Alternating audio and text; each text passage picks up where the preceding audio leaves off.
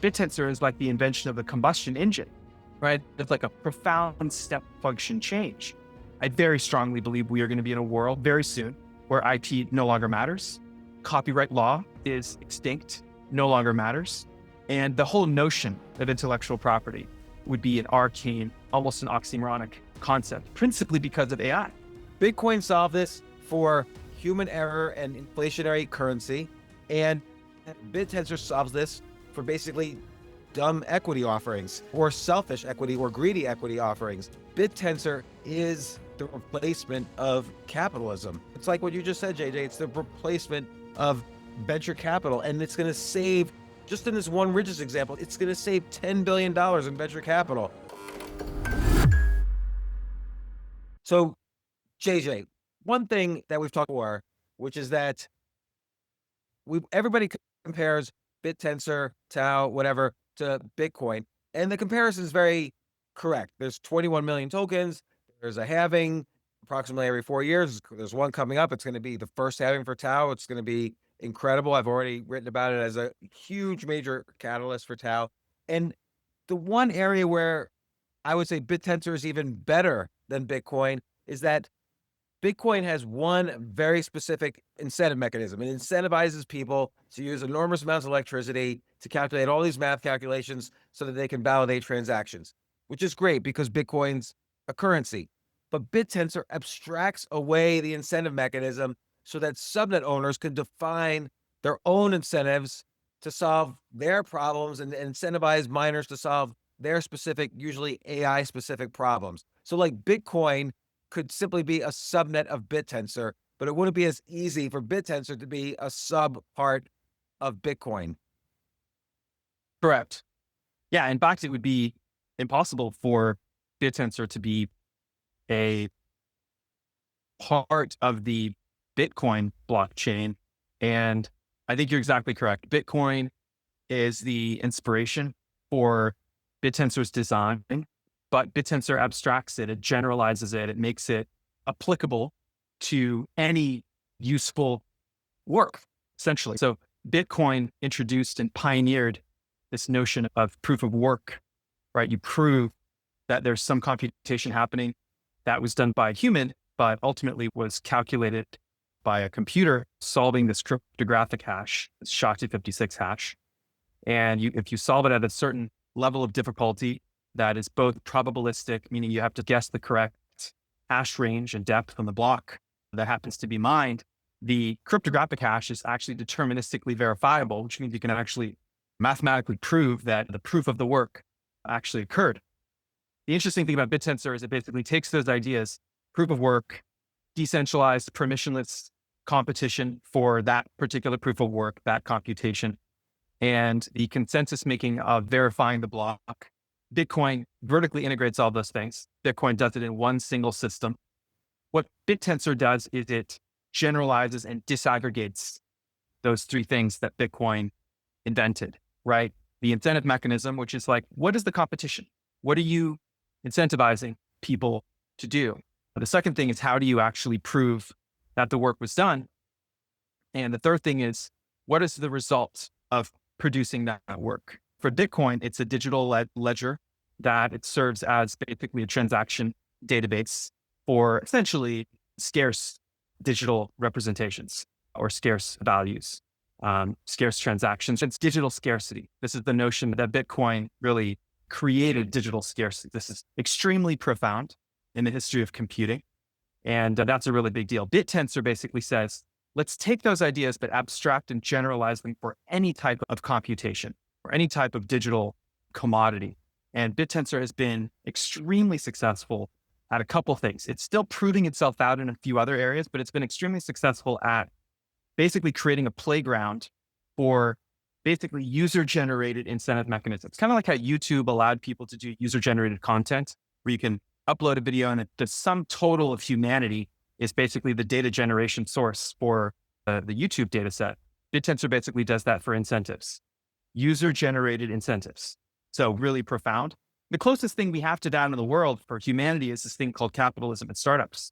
User-generated incentives appear in the form of startups or companies. The big difference with Bittensor subnets, alpha tokens, is if you squint, they look like equity, but they're not exactly equity. There's something else. They're a little bit different. Yeah, and I want to get to that in a second because I think what you just hit on is both the problem and the enormous opportunity with BitTensor and the token Tau. And the reason it's a problem and an opportunity is like anything that has value where there's obstructions or problems, then solving those problems create opportunities. Sometimes some things are not worthy enough that if you solve the problems, it's worth it because there's opportunities. But like for instance, building a bridge from New Jersey to Manhattan was worth it because the center of commerce in the United States and in the world was in New York City. And a problem was it was hard to get from New Jersey to New York City. So let's solve that problem. And now New York City and New Jersey becomes infinitely more valuable because of that bridge. And so I want to get to the problem in a second that I see. But it does strike me as amazing when you realize that connection, the real connection between Bitcoin and Bittensor, which is how Bittensor abstracts away this incentive mechanism. Now, Bitcoin has a very specific incentive mechanism because they only want to do one thing, which is essentially at the end of the day, validate transactions, Bitcoin as cryptocurrency. But Bittensor is trying to say, look, in the world of incentivism, which most people call capitalism, there's many problems that need to be solved, not just validating transactions. Maybe one problem is creating an AI model. Another problem might be is making a more efficient decentralized Uber or Airbnb, which Bittensor could trivially do using their incentive mechanism. Like I could come along and make an incentive mechanism for almost any type of business I want to start. Oh, here's the problems I want to solve with my business. And I'll reward the miners with tokens if they do these things. And here's how the validators will check the miners' work, like the proof of work almost in the Bitcoin thing, but it's all just abstracted away.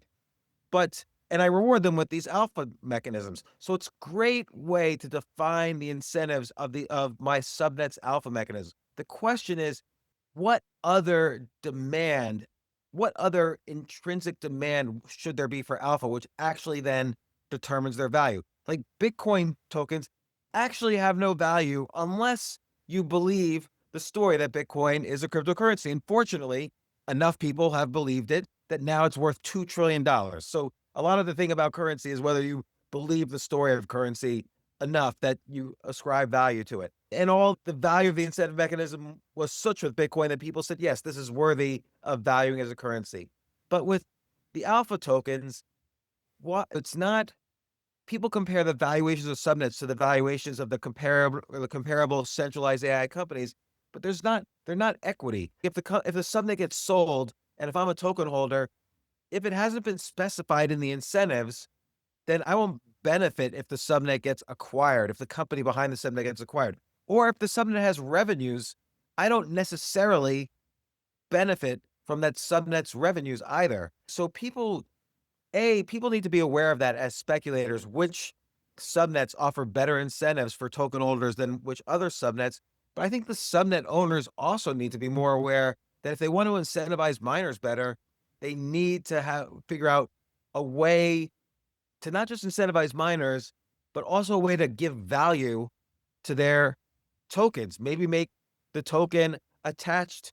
Oh, you get a certain percentage of an eventual sale, or maybe every revenue we get, some percentage gets burned, or maybe it's an rewards program. If you hold a token for so long, you'll get a Tau as a dividend. I'm just making this up. There could be 27 different possible ways to give value to tokens. And I feel like that needs to happen because people speculating on subnets don't understand this.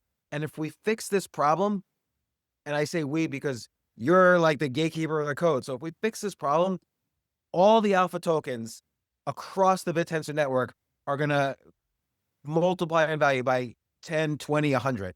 One thing I would say is I'm really not the gatekeeper of the code. It's an open source project. We happen to be privileged with being the top open source contributors to Bittensor, but really anyone can contribute to the protocol.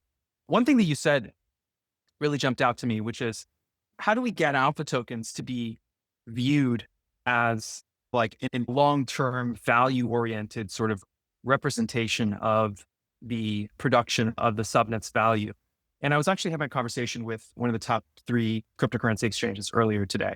They will remain nameless. And they were asking the same exact question because they're integrating Bittensor into their exchange and their tooling, and they want to roll it out to all these customers. And many exchanges have already done this, but so Tau is listed on these exchanges, but the alpha tokens themselves are not listed on the exchanges. So the same question actually came up. So I'll share what I shared with them, but what you said actually made me think about a quote from someone that I actually very strongly disagree with on a lot of things, but on this particular topic, I really strongly agree, which is Noah Harari. He's a pretty famous author. And He's been on my podcast 2 or 3 times. Very good guy. Who yeah, also really I sharp. massively disagree with on most things, but his ideas about currency are interesting. I strongly agree with you on that, actually. So I was just going to double click on his comments about money. So just to have a double check on this, because I don't want to misquote him. Something that he said is, money is not a material reality. It's a psychological construct, and it works by converting matter into mind. And then he goes on about why does it succeed? It's really a story. We're telling stories to each other, and that over time, over millennia, humans believe more and more of the story because the story is actually really useful. It has a real utility. Money provides a very efficient universal system for mutual trust.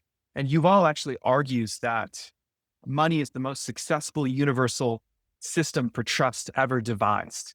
I think I disagree with that. I think religion is the most successful trust-based system because people trust in God much more than they trust in money, I believe, at a statistical level. Although they're linked, right? Like I think you're right, only because on a dollar bill, it says, in order to trust in God. it says, in God we trust. So Exactly. even if you don't believe in this dollar, look, you got to believe in God, but it's right here. 100%. And so the final quote to this kind of longer quote by Yuval is probably, actually, yeah, it's from his Sapiens book, the book that he's most famous for writing, which I think is actually a really great book. The crucial role of trust explains why our financial systems are so tightly bound up with our political, social, and ideological systems. Why financial crises are often triggered by political developments, why the stock market rises and falls, depending on the way traders feel on a particular morning.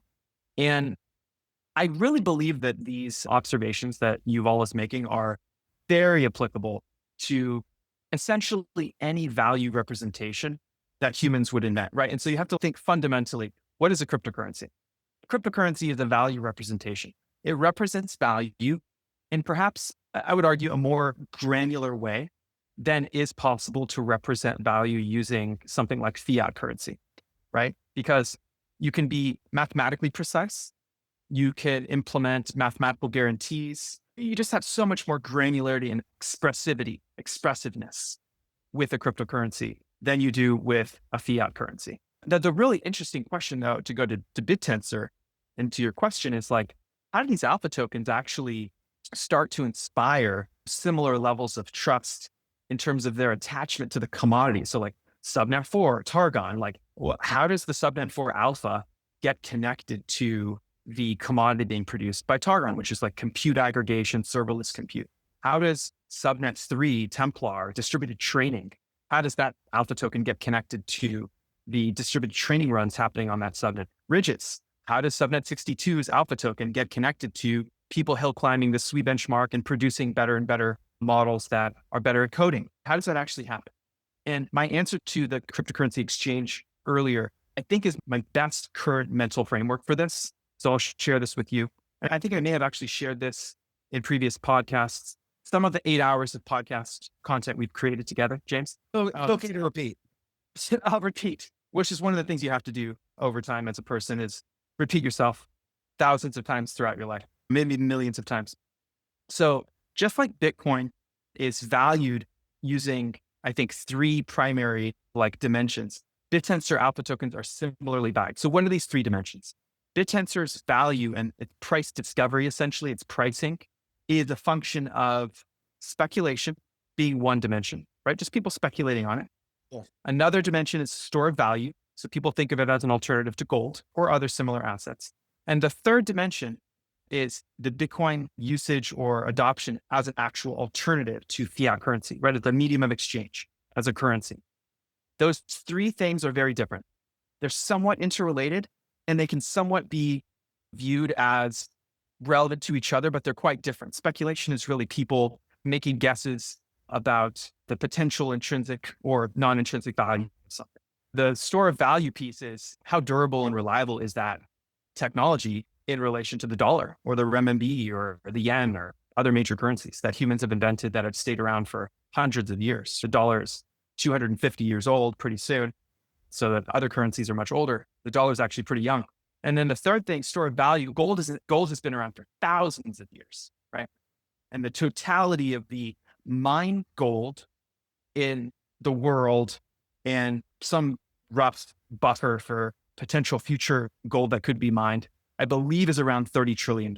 It's around something like that, right? 25 to $30 trillion. Less than a third of world GDP, but let's just call it a quarter of world GDP.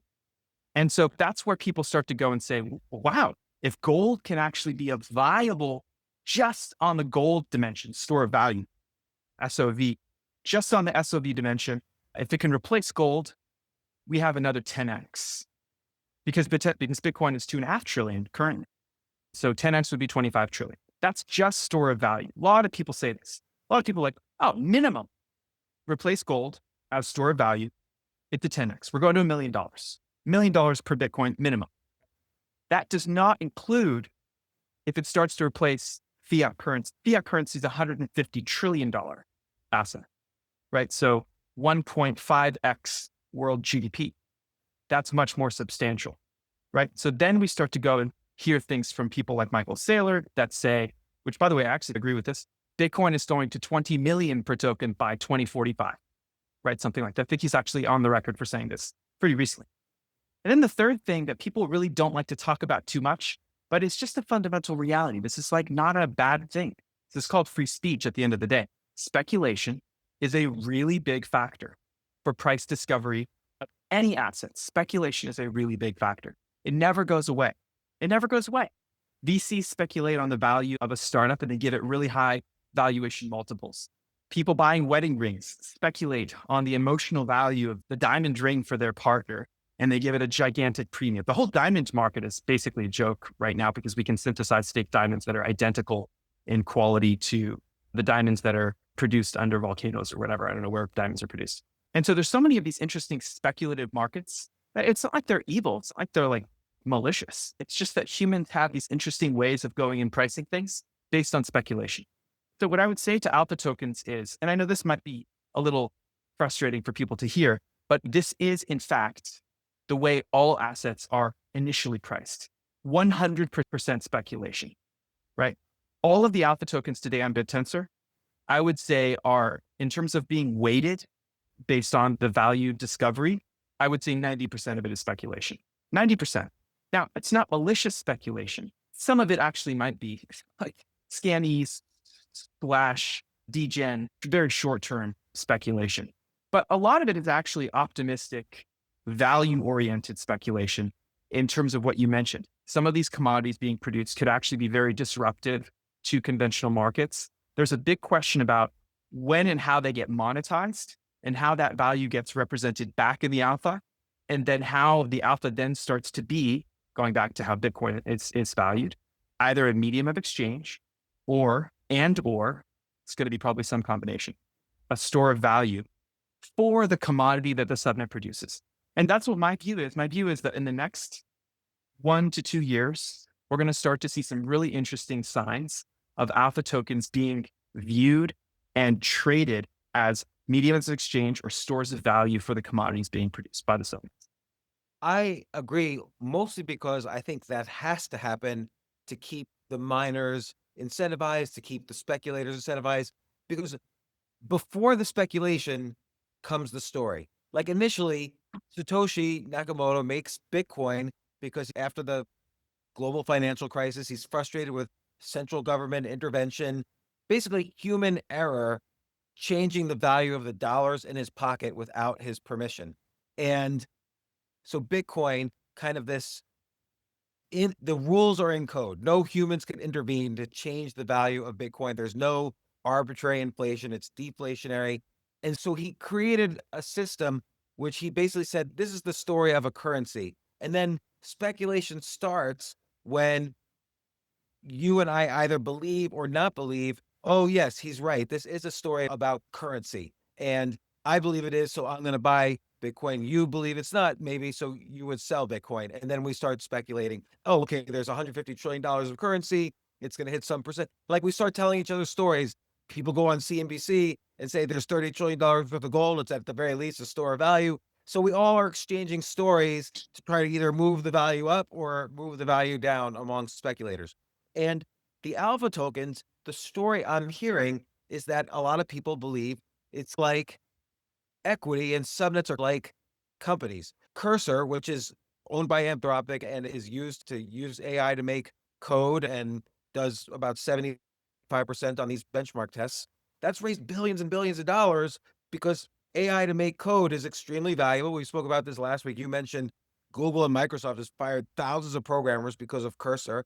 And guess what? This subnet, Ridges, is competing and is almost as good as Cursor on the benchmark test. And guess what? They're going to have a product and they don't have to spend billions of dollars. So everyone starts buying the Ridges Alpha, but that's where you have to know what are the rules here? Like, how does value, potentially billions of dollars in value, get transmitted from Ridges to the Alpha? The technical dynamics at play here, and this is something that Toby from Shopify I mentioned to me once, and privileged to work with Toby on a few companies. One of the greatest technology entrepreneurs alive, in my opinion, is Toby Lutka of Shopify. He said, creating value is easy. Capturing value is fucking hard. I added the fucking part. Let's say really hard, right? So how do you actually capture the value? If you think of value as like an energetic phenomena, like a form of energy. Now I'm just ad-libbing on what Toby said, like fusion energy or fission, or like capturing that in a bottle or in some device. They have these like tokamak donut shaped devices that they're creating to capture plasma fusion reactions that produce the energy of stars in space or in the solar system. Capturing and harnessing the power of the sun in an enclosed container. This is extremely profound. If humans can figure out how to do this, and there's like 10 billion invested in fusion energy companies, that will be a money glitch, right? It'll replace the entire utility grid if we could figure out how to scale these things safely and economically.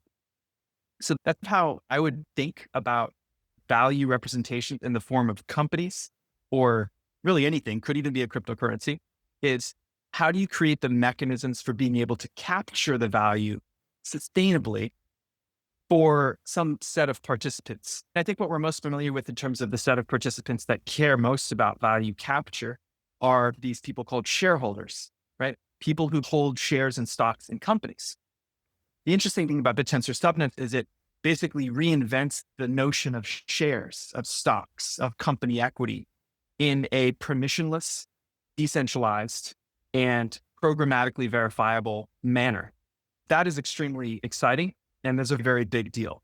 We're hearing a lot by people like Vlad, the founder of Robinhood, and many others about tokenized equity. Tokenized equity is really cool, but it's giving your horse steroids to be a faster, stronger horse because you want your horse carriage to be faster and more, I guess, more powerful than the other guy's horse carriage across the other town. Bittensor is like the invention of the combustion engine, right? It's like a profound step function change. Famously, Henry Ford, the founder of Ford, once said, if you were to ask people what a better horse would look like, they would have said a faster horse. They wouldn't have said, please invent me a combustion engine. So Bittensor is the combustion engine to the horse that is equity today. That's my view. That's a very provocative statement, but I do think that it has the potential to basically reinvent equity in the same way that Bitcoin is starting to make progress on its journey to reinvent this idea of capital or this idea of money.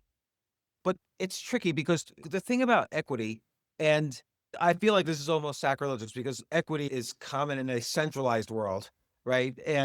But here's the thing about equity. I know when I own a share of Google, there's an agreement because I'm a shareholder that Sergey Brin can't just sell the IP of Google to himself for $1 because there's a responsibility to me as a shareholder. So I should benefit as Google benefits. They shouldn't unilaterally benefit without me. That's the law, both explicit and implicit, of equity in the United States, at least, and pretty much everywhere.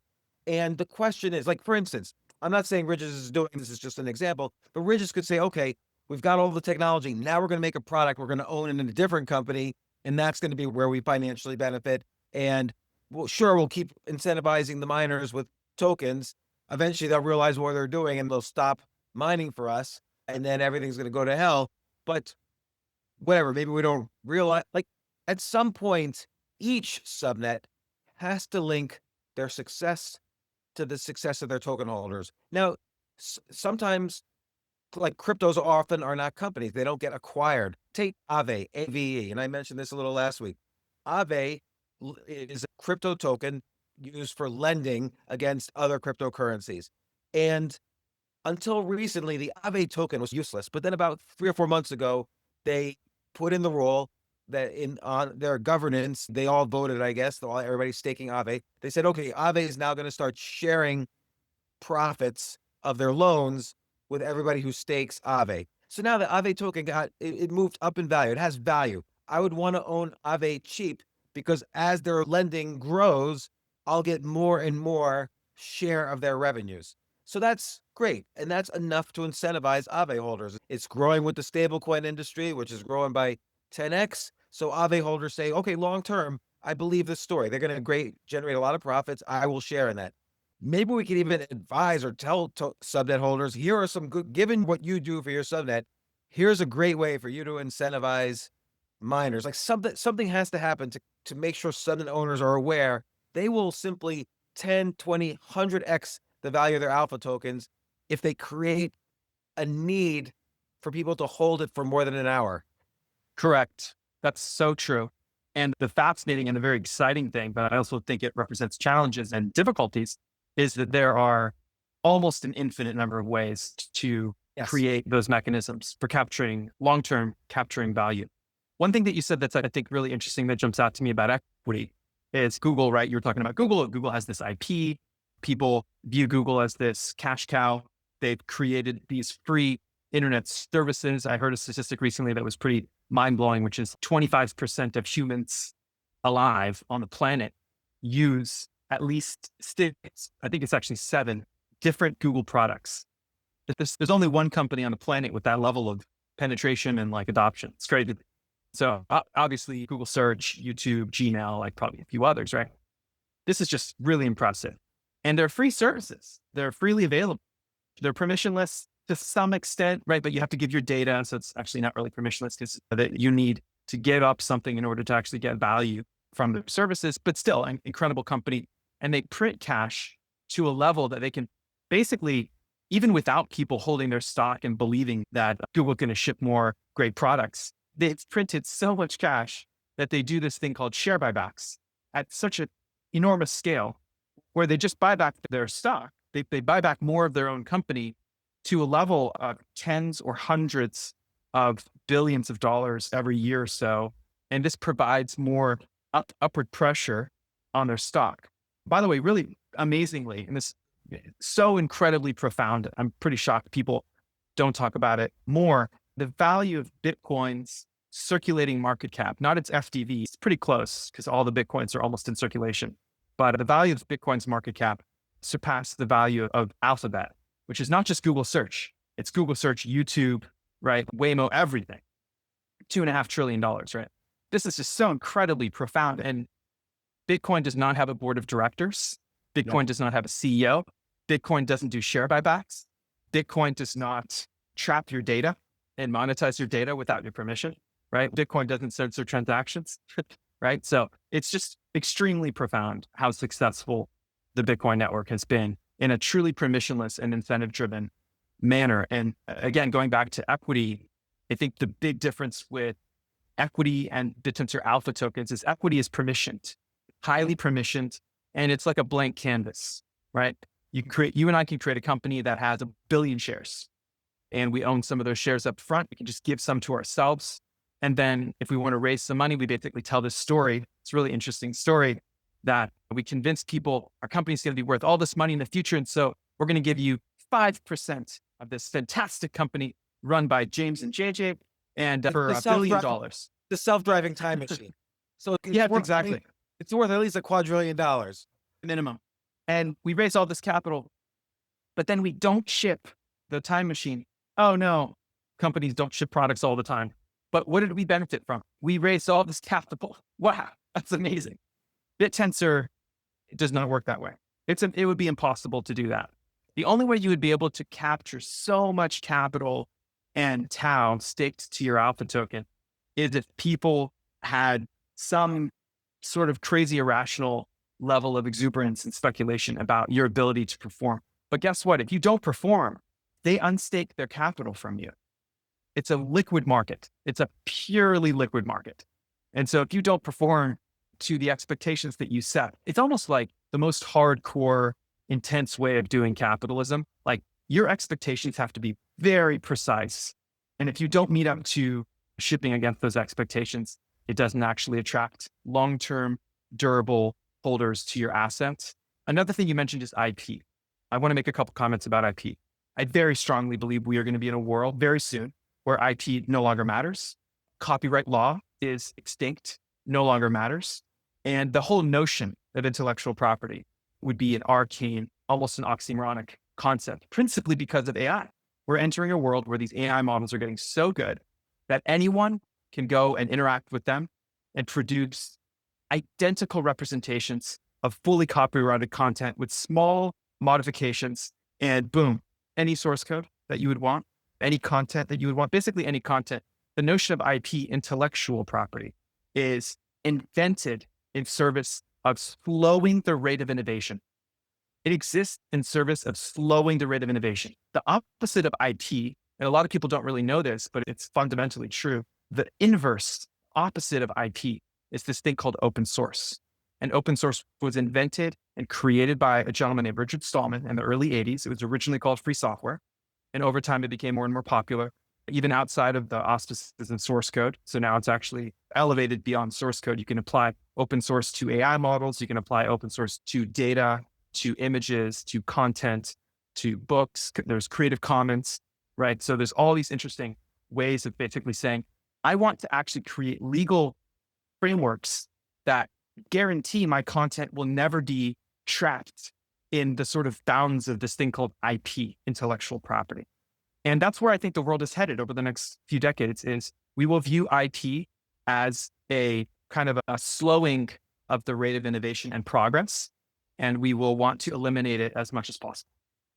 It's so interesting because, as usual, you are completely changing my view of the world on a lot of these things. So what you're saying, so in an equity sense, value is determined by ownership.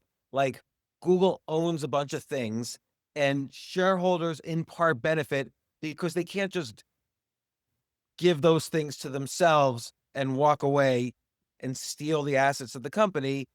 There's legal boundaries on that. That's why, like when you're a VC, when you do a VC deal, you don't just buy alpha tokens on a company. You make a deal where like the CEO has to do certain things. The company is not allowed to just give away their product to another company for free. They can't sell without your permission. You get a liquidation preference. There's all these terms before you even think about putting your signature on the line to buy equity. Whereas people are not doing that with alpha for obvious reasons. There's no mechanism for doing that. Alpha's decentralized, permissionless. It's not about ownership.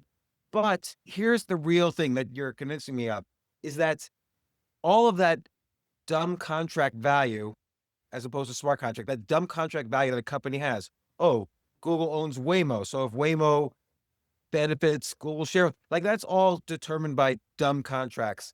But in BitTensor, subnets have organic or intrinsic value. And if they don't keep producing value to token holders, then the token holders will leave. So what does that mean? It means the owners of the subnet never benefit because they benefit from the price of the token, but also it means they can no longer get their resources. Ridges being a great example, Ridges gets resources from their miners. Ridges cannot survive without miners improving their AI models for coding. Whereas Cursor only gets that advantage not from miners, but from employees they have to spend hundreds of millions of dollars on. Ridges does not have to spend $100 million. They get all of that from the Bittensor system, 100% from the Bittensor system. If they didn't, they wouldn't need the Bittensor system. There wouldn't be any subnet tokens for them anyway, because they wouldn't be on the Bittensor system. So if Ridges truly wants to win and beat Cursor, then they have to make sure their miners don't suddenly abandon them for another subnet that is competitive with Ridges, but provides more reasons to own the token. Now that in many cases, subnet tokens are going down, it's up to the subnets to say, listen, how do we keep our miners? Or they're going to go to some other place. So, okay, maybe we'll tell them every piece of revenues we'll get, we're going to buy back tokens, or we're going to give you tokens. Or maybe customers could do a reverse auction. Oh, this customer wants code written for them. They want to prioritize it. So they're going to increase the incentive pool for this day and add to the incentive pool. It's almost like Google, people buying keywords on Google, a reverse auction. So they add to the incentive pool. So that creates demand for the token. So the token price goes up. So the subnet owners, they had a free ride, I think, in many cases, but in the past few months since DTAB began. But I think they're realizing that free ride is going to be over soon unless they really link their success to the value of the token. So even miners have an incentive to keep mining, and speculators have an incentive to hold the token for more than just an hour or more than just a second. I think that's going to happen organically, but I also think these subnet owners, in many cases, they don't have that. They're good at coding. They might not really understand the value of what they have with these tokens and how they need to make it more valuable. Yeah. And I'll even just put the challenge out there. If any subnet owner wants to talk to me, or I'll offer JJ services too. JJ's going to be much better at this than me. If any subnet owner wants to talk to us about making their tokens super valuable, we will help you for free to do that. I think that I've just made one observation that folks should also keep in mind when listening to this, whether you're a subnet owner or frankly, even a startup founder. This is something I came to the conclusion on a couple of years ago. And I've actually changed my views on this over the last 7 or so years of being a VC. There are no moats in capitalism. There are no special hacks for the value capture thing that we were talking about, right? Like value creation, value capture. Peter Thiel has a really great framework for this. Companies are not valued based on how much value they create, but how much value they capture, right? So the percentage, companies are basically creating two variables. They're two distinct variables. One is value creation, which is Y, and one is value capture, which is X. Companies are not valued based on the exponent of Y, which is the size of Y, but they're valued based on the percentage of Y, which is X. So X is a percentage of Y, right? And so it incentivizes you to basically have a very large Y, but also a pretty substantial X in terms of the percentage that you capture, right? I want to just explain with a very simple example what you're saying. And I think you're so smart, and these analogies make me think so much. But then I want to make a real simple example that people will get. So in the early days of the internet, even before Google, there were search engines, right? So Excite was a search engine, AltaVista was a search engine, and they created enormous value, but they didn't know how to capture it. So AltaVista had banner ads, Excite had banner ads, and everyone realized, oh, these are worthless. I'm spending millions of dollars on a banner ad. I'm getting 0 new customers. So they stopped spending money on customers, of Excite and AltaVista stopped spending money. So that X, that percentage of the value that was being created in the world by Excite and AltaVista was just slipping away into the atmosphere because nobody wanted to give them money. And Google figured out, oh, it's not banner ads. Let's sell the keywords. And boom, it's 99.9% of Google's revenues ever since. It captures almost 100% of the value that Google creates. Every page that's loaded onto Google, they sell some of that value in the form of these keywords for sale. So that's what you mean. That's those keywords is the X. They figured out the right X to be as high a percentage as possible of the Y. Absolutely. And there's many examples of this. Google has created a monopoly on indexing the internet, the sum totality of information discovery. A lot of people are saying LLMs are going to replace index-based web crawlers. I really don't fully agree with that because LLMs are probabilistic, they hallucinate, and web crawlers are deterministic, they don't hallucinate, which means that you can actually get actual representations of the data stored in a database and retrieve it very precisely for people. I want this exact website with this content. I want to search through it in the index. Google has technology. They've invested literally tens of billions of dollars in building that out over the last 25 years. But I will say, I think that in the absence of, which I think is evident with a lot of Elon's companies, for example, and I do think it is a good model for value capture, but in the absence of like extreme multidisciplinary vertical integration of many things, which again, the greatest entrepreneurs in human history do this, right? Most founders do not do this. The reason they don't is extremely hard to do. But in the absence of that, rarefied air, the only moat for any company, doesn't matter what your value representation is. Alpha token, equity, doesn't matter. Is the speed of innovation, your iteration cycles, your clock rate.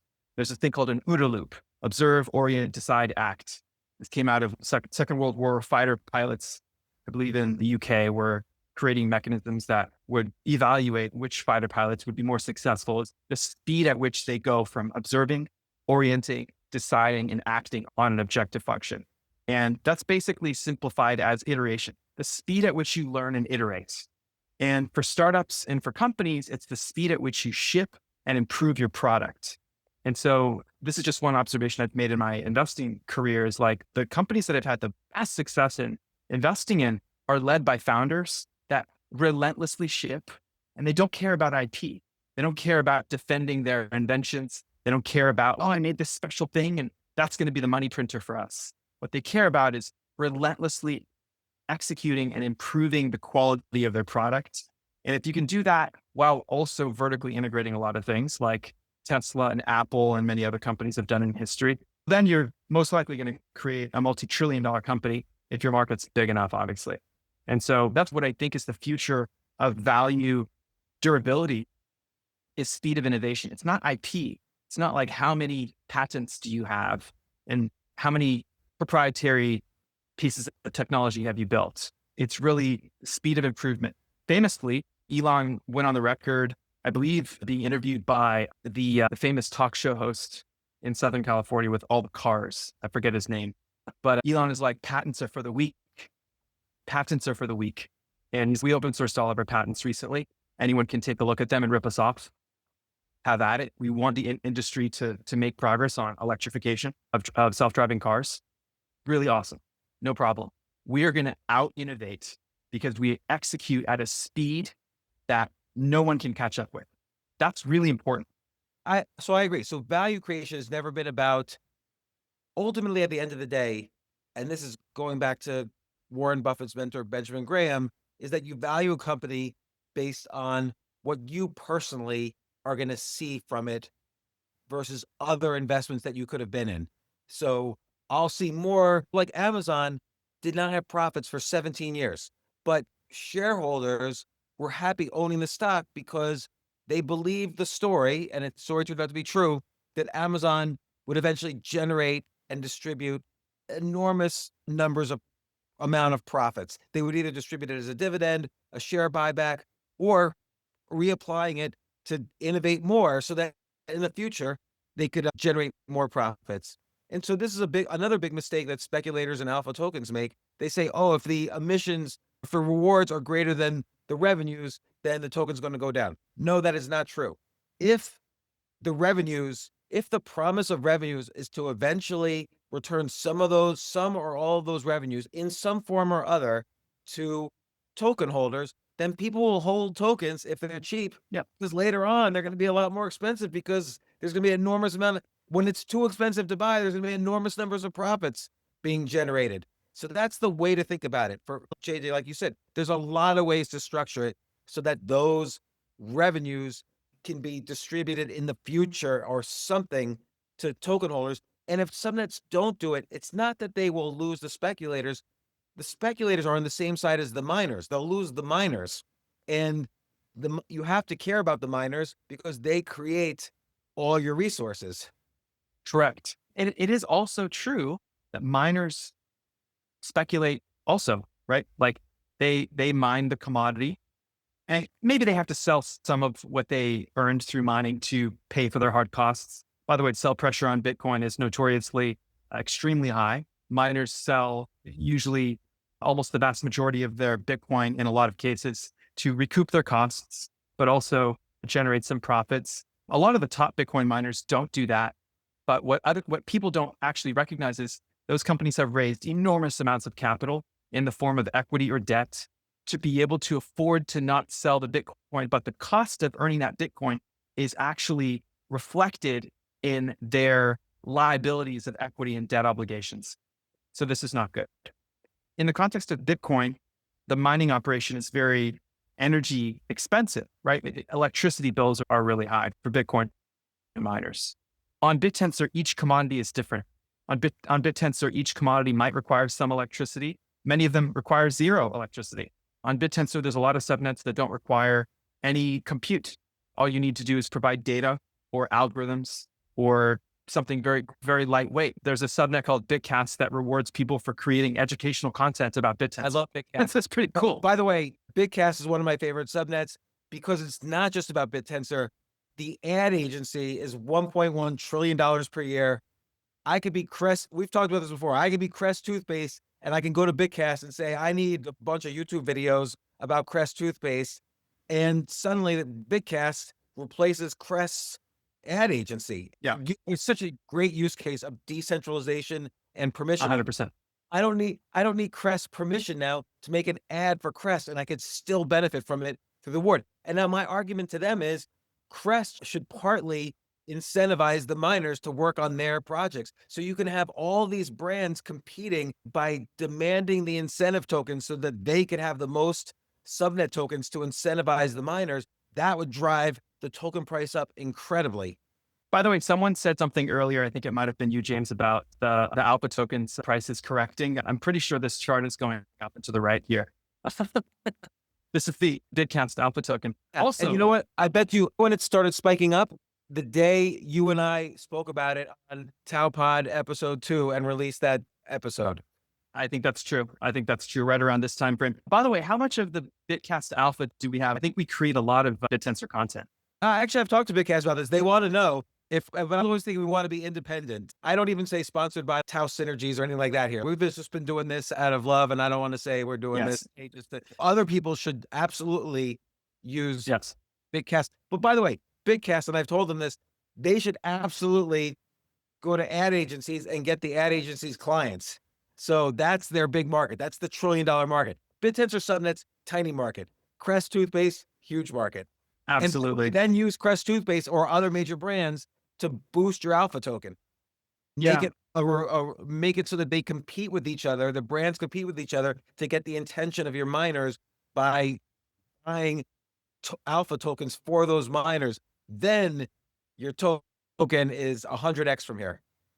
Yeah. One of the really interesting properties, just on the topic of alpha versus equity, I'm a venture capitalist, which is mixed bag in terms of the industry perception of the job. Like a lot of people think VCs are these like evil, extractive, horrible people. And there's also plenty of people that think VCs are really important and that helps create a lot of these important technology companies. I'm somewhere in the middle. I'm more on the VCs are harmful end of the spectrum than really helpful. Very few VCs are really excellent. But one of the things I've learned in being a VC for a few years is the equity that you buy as a VC, even if you have the preferred type of equity versus the common shares type of equity, it's extremely dilutive, right? And in the early days of venture capital, I've studied all kinds of things about VC history. So it was created in the 50s and 60s. In the early days of venture capital, you had this thing called an anti-dilution preference, right? Where when you did the equity investment, when you signed the docs, you had a set of clauses in the docs that would guarantee that if you bought 10% of the company for some amount of money, actually in the early days of VCs mostly bought the majority of the company. It was like private equity, but that was normal for VC. They would buy 50, 60, 70% of the company. And the founders would essentially be the employees for the VCs. Today, it's the opposite. Today, VCs buy 5 or 10%. I actually wrote about this about a year or two ago. The average share percentage of companies that VCs have been doing when they lead rounds over the last 60 years has been going down on average 5% per year on the aggregate, right? So again, in the 50s and 60s, it used to be 60, 70% of the company that the VCs would buy, right? And there's lots of data points for this. Now, on average, even leading around, even if you're top VC, Sequoia, whatever, the average the VC purchases when they buy shares in leading a round, not just participating, but leading the round, pricing the round, right? It's called pricing the round, is around 15%, let's say. In a lot of cases, it's 10%, right? And That's so fascinating. I will just mention I was a VC. I had a VC firm about a little over 20 years ago. Then it was about an average 20 to 30%. So it's interesting. there you go. Lower. It's not unheard of that a company would sell 20 or 30%, but it's usually viewed as like, it's not one of these top 1% companies. It's like they're more desperate for the capital if they sell that much in a single round. But anyways, my point in bringing this up is equity capital in private markets, in private equity venture capital, is highly dilutive. What does this mean? What this means is when you're the VC, you buy 10% of the company, and then people invest after you a year later or 2 years later. There's another round of funding. Maybe they sell another 10% of the company. And then another year after that, they do another round of funding, Series A, Series B, Series C, Series D. By the way, Databricks went almost all the way through the entire alphabet. They did a Series H or like Series Y or something crazy, right? It was like A, B, C, D, E, F, G, H, I, J. It was like Series K. Sorry, Series K. It's like very deep in the alphabet. And if you were an angel investor in Databricks, seed round, when they were valued at $20 million, let's say, and their round that they just raised was at a Series K price of $100 billion. Buying 1% of Databricks in their seed round as an angel does not mean that you now have a $1 billion position, because their latest valuation is $100 billion. 1% of $100 billion is $1 billion. Simple math. It doesn't mean that's what happened over 10 years or whatever. It means that you got diluted down by 80%, not 50%, 80%, because they went through the whole alphabet. A, B, C, D, E, F, G, H, I, J, Series K. Wow, that's crazy. And so dilution is a thing. Fascinatingly. So, by the way, how do you mitigate dilution? You have to invest more, what's called pro rata, all these technical things. It's really messy. Alpha tokens, viewed as an alternative to equity just on this one dimension. And again, there's lots of trade-offs, but I'm just pointing out this one detail, this one property. Alpha tokens are non-dilutive because they have a finite supply cap that you cannot manipulate. And so if you buy 1% of an alpha token's total supply, which is 210,000 alpha tokens, right? Or even 10% of 1%, which is substantial, right?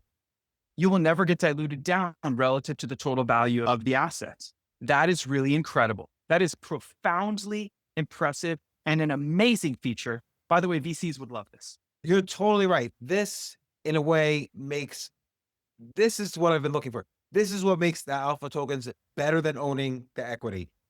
Because equity works like equity. Okay, my mind's getting totally blown. Equity has the same problem the dollar had, which is why Satoshi invented Bitcoin. It's inflationary. Right. It's inflationary. And it's out of your control. Like, yes. I could be in the Series A, and then I read in the newspaper about the Series D, and I'm like, oh, wait a second. The shares in my pocket are no longer worth what they used to be worth because somebody else made a decision. Some other human made a decision without my permission. Bitcoin solved this for human error and inflationary currency, and Bittensor solves this for basically dumb equity offerings or selfish equity or greedy equity offerings. And also it solves the problem of valuation. Valuation as a VC or any kind of investor is a mystery. Our Series K is 100 billion because now we're worth that. You're just saying you're worth it. Nobody's worth it. But the alpha is purely valued on whether or not the miners continue working because of the value of the alpha. They're being paid in alpha, so it has to be big enough for good miners to keep working. And if you want to incentivize those miners, you have to come up with mechanisms by which that alpha is going to be valuable. And by the way, then speculators will also want to hold for more than a split second your alpha, because in the future, they know you're going to grow. And because you need to keep the miners working hard, you're going to make sure your alpha has value. Else you go out of business. If you're Ridges and you decide to not give your miners tokens of value, then you're going to lose to Cursor that's spending billions of dollars. And if later on you decide, oh, we're good enough, we don't need miners anymore, 3 weeks later, you won't be good enough anymore. You'll be dead. And the miners, by the way, it takes them 0 to make another subnet on their own and compete with you. They'll figure out a way to incentivize themselves. I was asking the AI to help me with this question actually yesterday or the day before. And I think you'll find this data very interesting. It's extremely relevant to what we've just been discussing. My question was, how much capital has been invested in all the startups, all the private equity companies, venture capital specifically? Private equity is a little bit different. Over the last 20 years, it's about $4 trillion, ramping up a lot in the recent years, but on average, $200 billion a year. This is a huge amount of money. I want you to guess, of the sum totality of those dollars, how many of those dollars are connected or responsible to 95+% of the generated returns from all of the technology companies that either got acquired or went public that were venture funded over the last 20 years? Take a wild guess. This is a great question, because almost all the value, if you're looking at 4 trillion, that number specifically, almost all the value is from companies barely funded by VCs, which is Apple, Google, Nvidia, Facebook. So I'm going to say about 99% of those 4 trillion has disappeared. Correct. It's less than 1%. So 1% of 4 trillion would be about $40 billion, which is actually an enormous amount of money.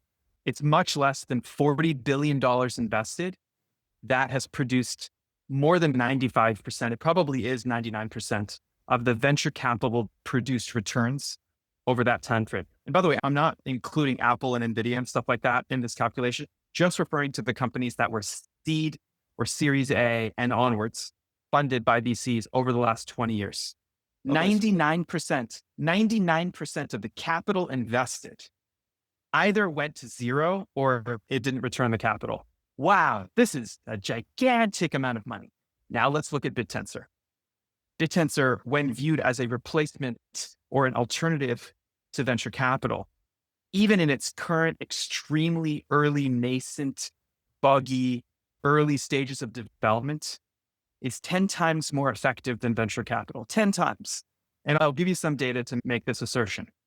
There's about $1 billion in tau emission per year based on the current block size and the block reward. And we have 128 subnets. So the sample size of startups on Bittensor is 128 subnets, as opposed to millions of startups, right? So the sample size is smaller. That's not a perfect analogy. But I would say something in the neighborhood of 10% of the emissions have been productively put to use for producing things like Ridges, Templar, Bitcast, Tau Hash, plenty of other subnets, right?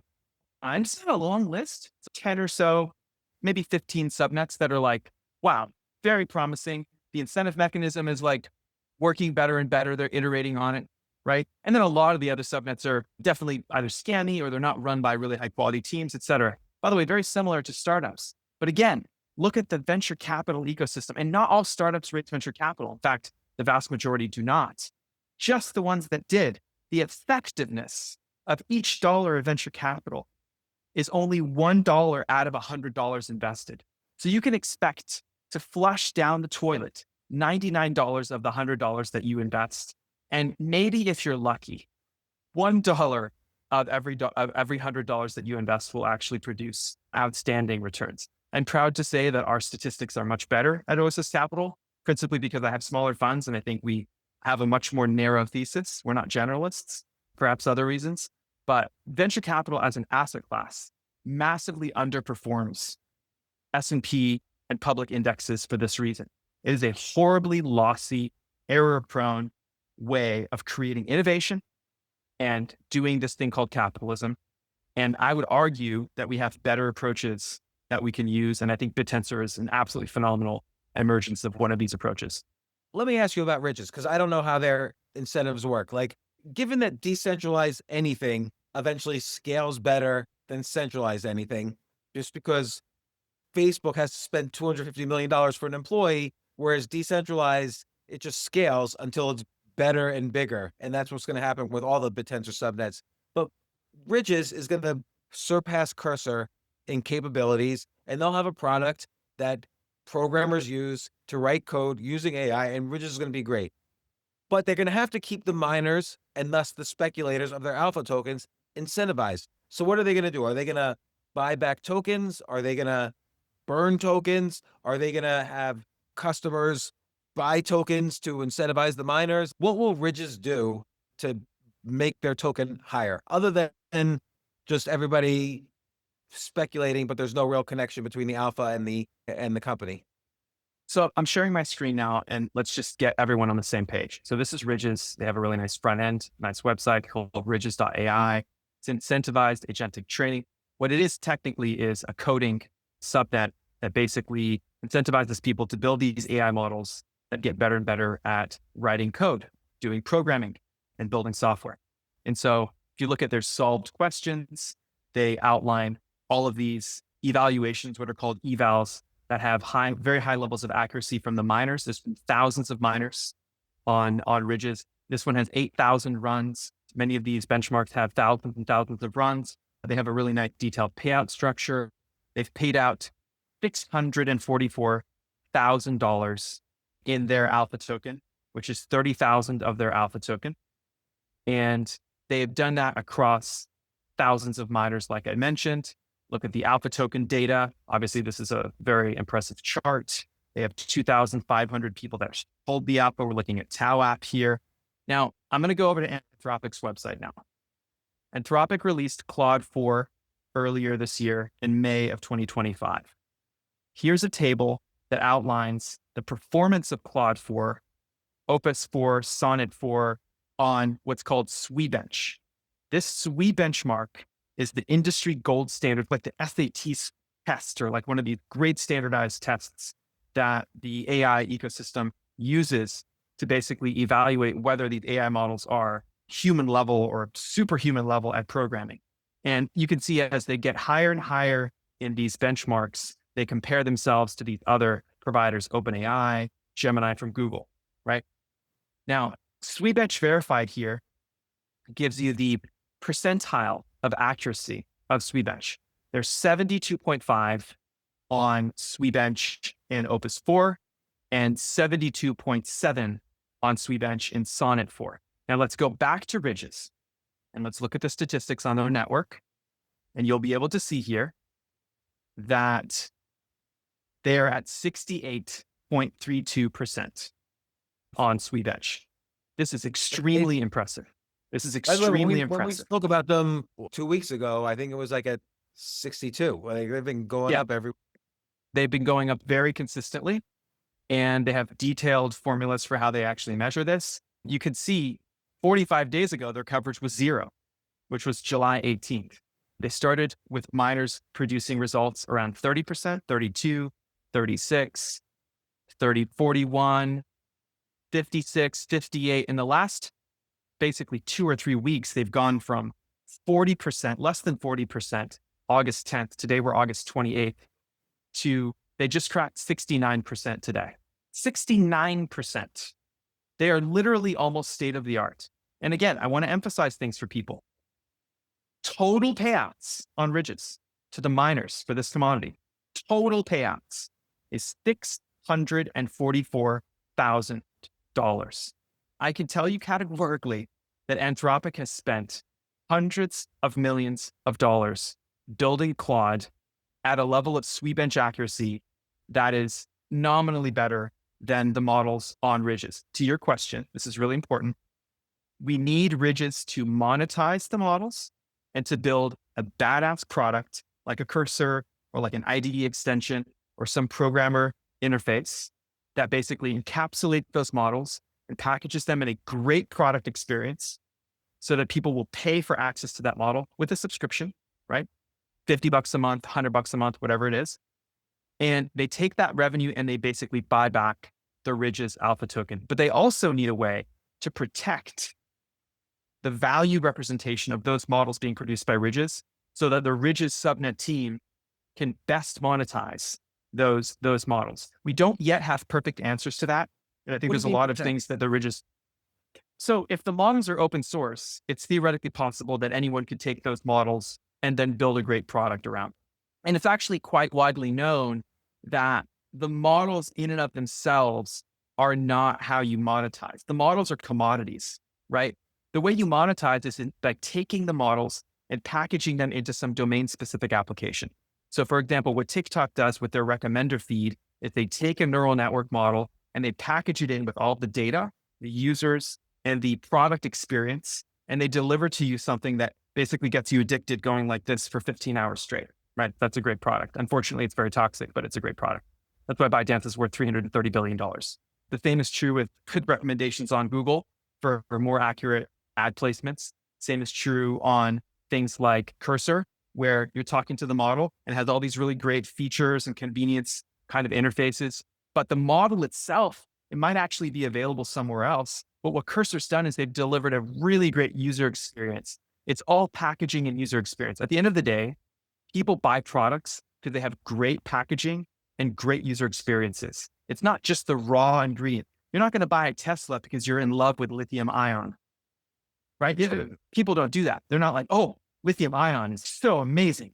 That's the reason why I bought my Tesla. No, they buy the Tesla because it's a great fucking product and it's a sexy car and it's like really economically efficient and it's very reliable and has really great product integrations and everything works nicely and it's way less expensive than a combustion ICE based car and all these other things. It's a multiplicity. Products are always a multiplicity of factors coming together in a package and a user experience that's very differentiated. So Bittensor is phenomenal at delivering the raw technology that results in products being produced at less capital than was required before. The way I like to think of these Bittensor alpha token subnets is they do to incentives, economic incentives, what open source does to software, right? Before open source, software was intellectual property. All of it was intellectual property,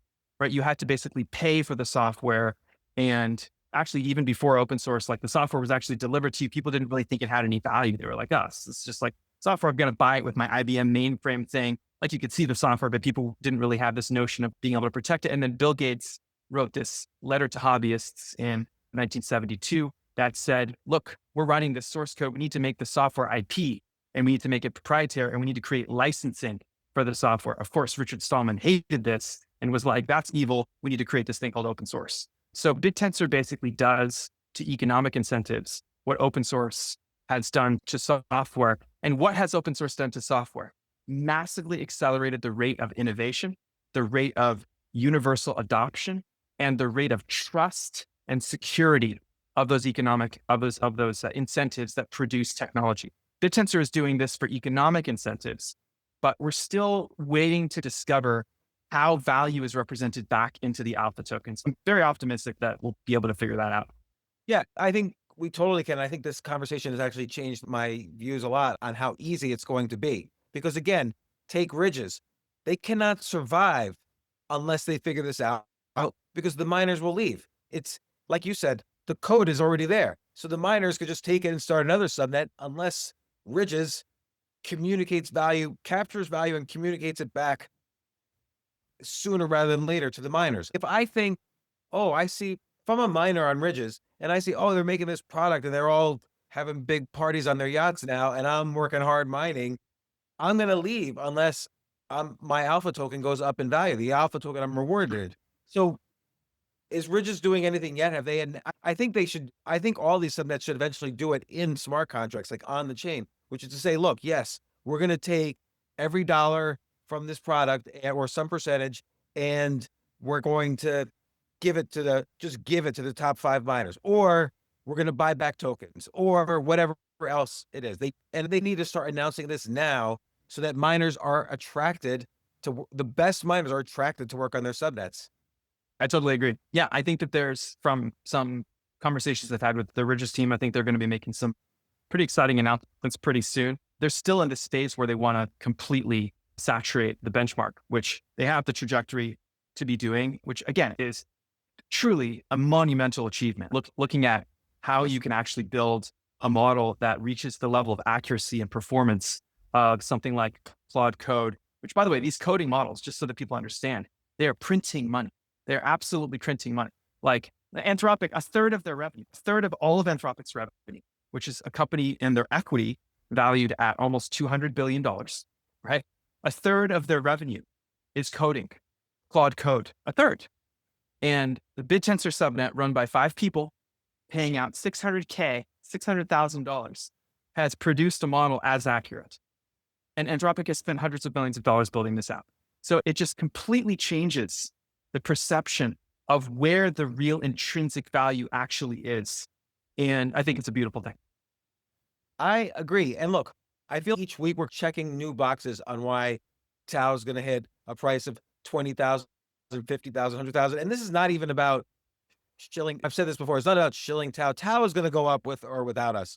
And it's because the Ridges and Shoots and Targon and Bitcast and whatever else, Swarm, which is a subnet for making decentralized AI models to manage drones. Like, that is amazing to me. So subnet 124. But anyway, Bittensor is amazing. Like you just proved with numbers. Okay, Claude raised $8 billion.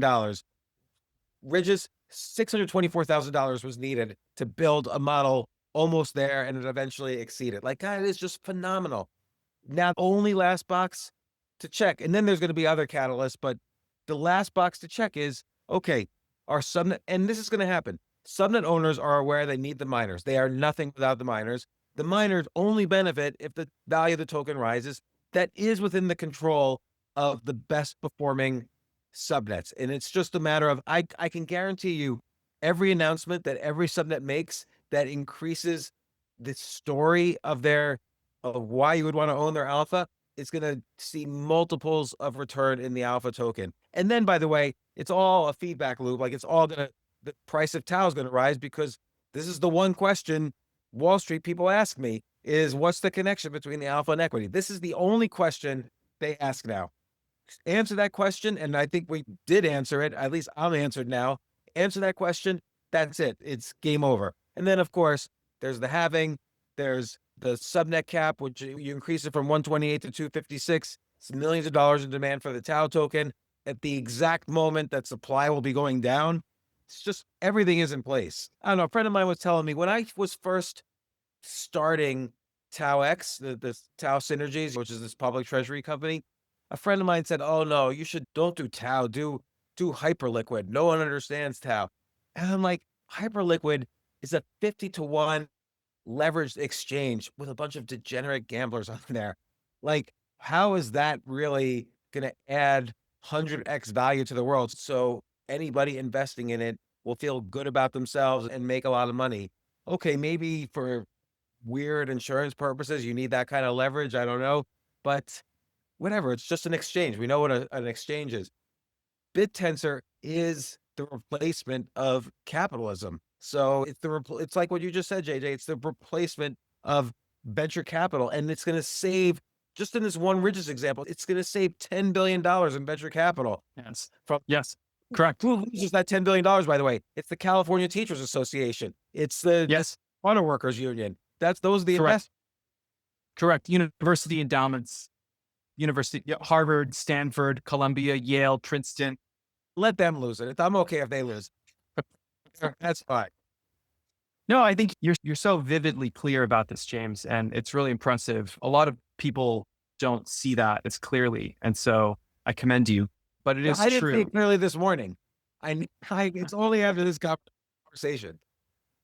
I'd say I've spent many years thinking about this, and it's something that didn't occur to me right away. It took quite a lot of time, but I do have the benefit of seeing how messy and how broken equity is in terms of company equity, not the more common parochial societal framing of equity. And venture capital is extremely broken. It's extremely parasitic and error prone and lossy. And think about a pricing round for a company, right? It happens every 2 years or 3 years, and sometimes years and years go by. And the employees are like, oh, my stock options are worth X. And then I've got to wait for the next round. And so it incentivizes dilution.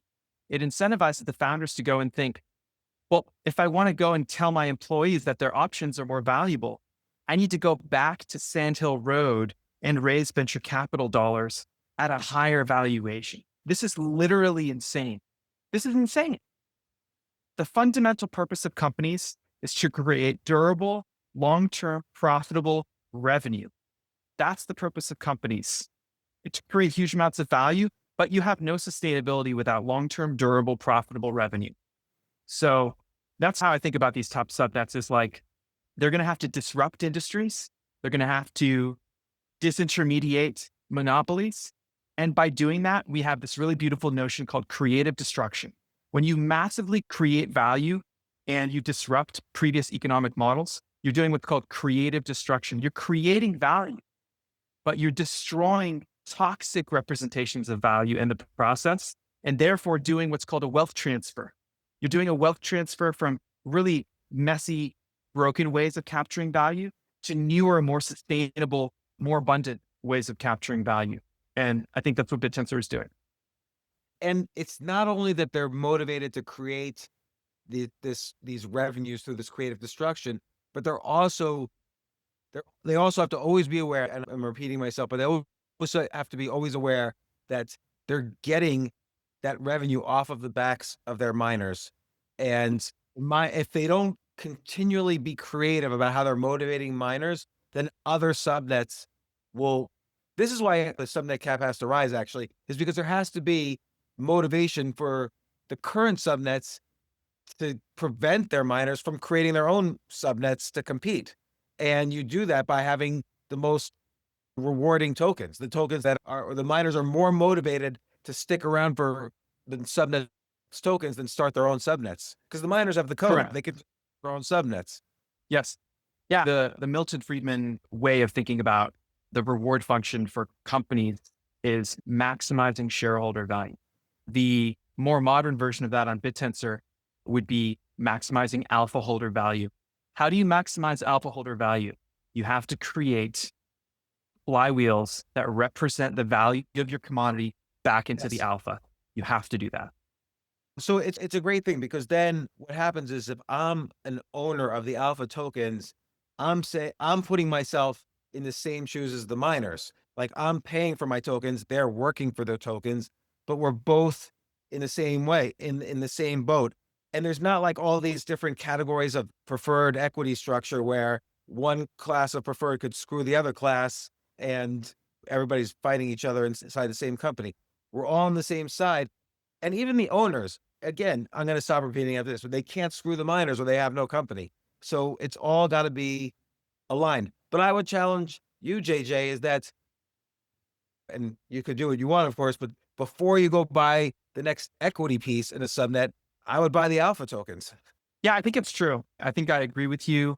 I've done this a few times.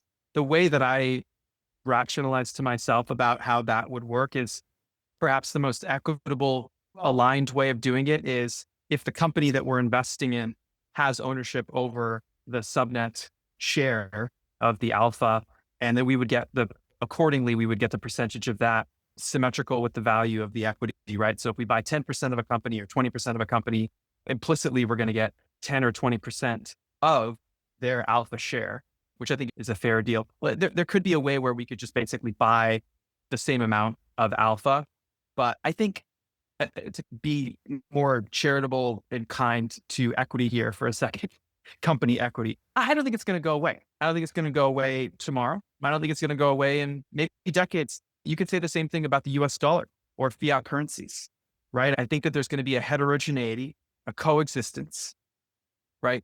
For many years, we're going to see equity coexist alongside cryptocurrencies for a very long time. And by the way, in case people haven't noticed, the United States now has a sovereign wealth fund that holds more than 1% of all the Bitcoin in circulation. That's really amazing. By the way, they also, it's so amazing that Scott Bessent, I think it was 2 weeks ago, I'm going to just put it in quotes, accidentally said that the US won't be buying Bitcoin for the strategic reserves, but will be not selling Bitcoin that they've seized. And then just 2 days later, he must have had a talk with, again, quote unquote, someone, and he tweeted, "Oh, what I really meant was that we're looking for budget neutral ways to buy Bitcoin for the strategic reserve." See, there's a saying, don't fight City Hall. And guess what? City Hall right now owns billions and billions of dollars of Bitcoin. So Trump and 6 cabinet members own Bitcoin. That I'm not even a fan of Bitcoin, to be honest, but Bitcoin is going. And Bitcoin's going up.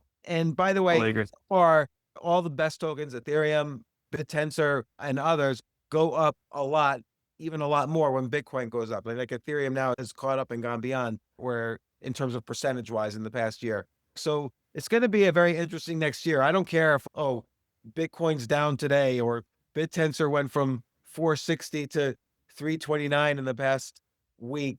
Who cares? It doesn't matter.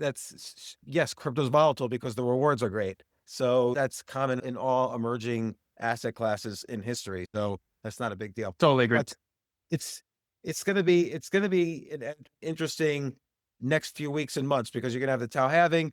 Sooner or later, the subnet cap has to go higher, and then this discussion about alpha tokens has totally shifted my thinking on some of these. Like now I'm more convinced than ever, we're going to have a subnet that hits the multi-billion-dollar mark and is going to translate that value to alpha tokens. And then what's going to happen? Everyone's going to wake up and say, oh, then this thing, Bittensor, the parent of all that, has more value. Oh, and my son should now be a miner on a subnet rather than an employee at Facebook. So that's going to add value to the subnets. And I have a startup idea. I don't want to do it I don't want to go to Sand Hill Road and pitch a bunch of jerks to put money into my idea. I'm going to go build a subnet on Bittensor where all the best talent is anyway. So all of these catalysts, it's going to do exactly what the greatest decentralization project ever did, and the greatest open source project ever, which is TCP/IP. Like the internet protocol created the 10 trillion in value you were talking about earlier. It's totally open source, totally decentralized. Products were made on top of it that captured the value. They didn't just give away all the value. It's not free, but it was free, the core of it. And that same thing now is the seeds of that is going to happen in Bittensor very soon.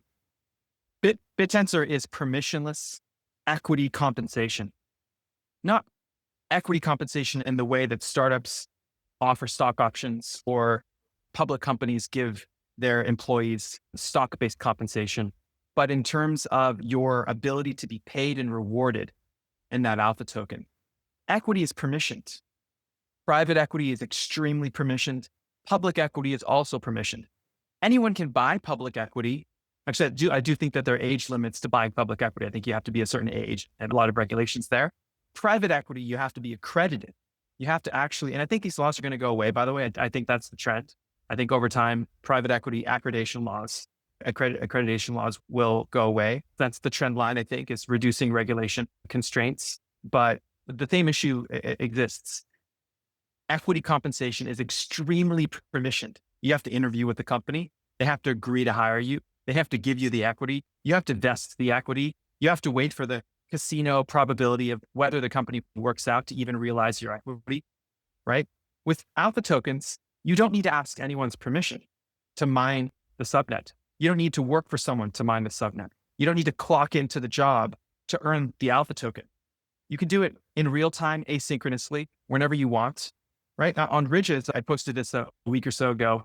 You only need to be winning the competition of creating the coding modules on Ridges for a few days per month to be paid more than a staff level engineer at OpenAI, which is like $2 million per year.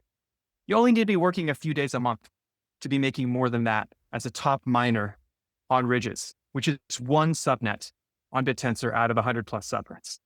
So I think when people start to understand this more and more, it will profoundly change the technology ecosystem, all of startups, all of venture capital, and all of capitalism.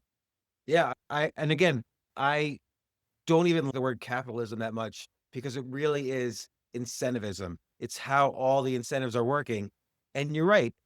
When the incentives aren't quite working, when I need a bank's permission to have a bank account, or when I need a law about being an accredited investor to be like, I could, like, someone who isn't an accredited investor couldn't have been a seed investor in Uber, for instance. So only, it's like, it's that saying, only the rich get richer. The laws are set up to basically work against the average person benefiting from the language of incentives. And that's anti-capitalist in my view. So I don't even like the word capitalism anymore, because again, capitalism was a word invented by socialists anyway to describe those evil people who accumulate capital from the workers. But incentive, we all have incentives and we all work on incentives.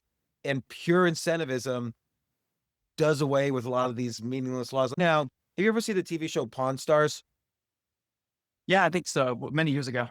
So it's in its 19th season. I didn't know that until 3 hours ago. But I was just over at the pawn shop where it's filmed. I was on their podcast. The guy, Rick, I guess Rick Harrison, the guy who runs the pawn shop, and he was telling me 9 million households in the US are unbanked. They cannot get bank accounts. Like, I didn't know so many people cannot get bank accounts. And so they're forced, they might have bad credit or they might have some other problem, who knows? But it's 9 million, it's households, it's a significant number of people. And so they have to do their Yeah. banking at pawn shops where it's not as fair. And it's not, I don't want to Yeah. say it's unfair, but it's an industry now, but it's unfair that institutions get to decide who is accepted by society and who isn't, who is accepted into the best investment and which people aren't. Like, that is unfair to me. I totally agree. Yeah, permissionless technology is really critical. And again, going back to open source, which I believe Bittensor is as profound, if not more, a discovery. I prefer discovery over invention. I think humans discover things instead of like arrogantly saying, I invented this and it's like a possessive. But Bittensor is as profound a discovery as open source is to software, because open source made software innovation permissionless. It made it truly permissionless.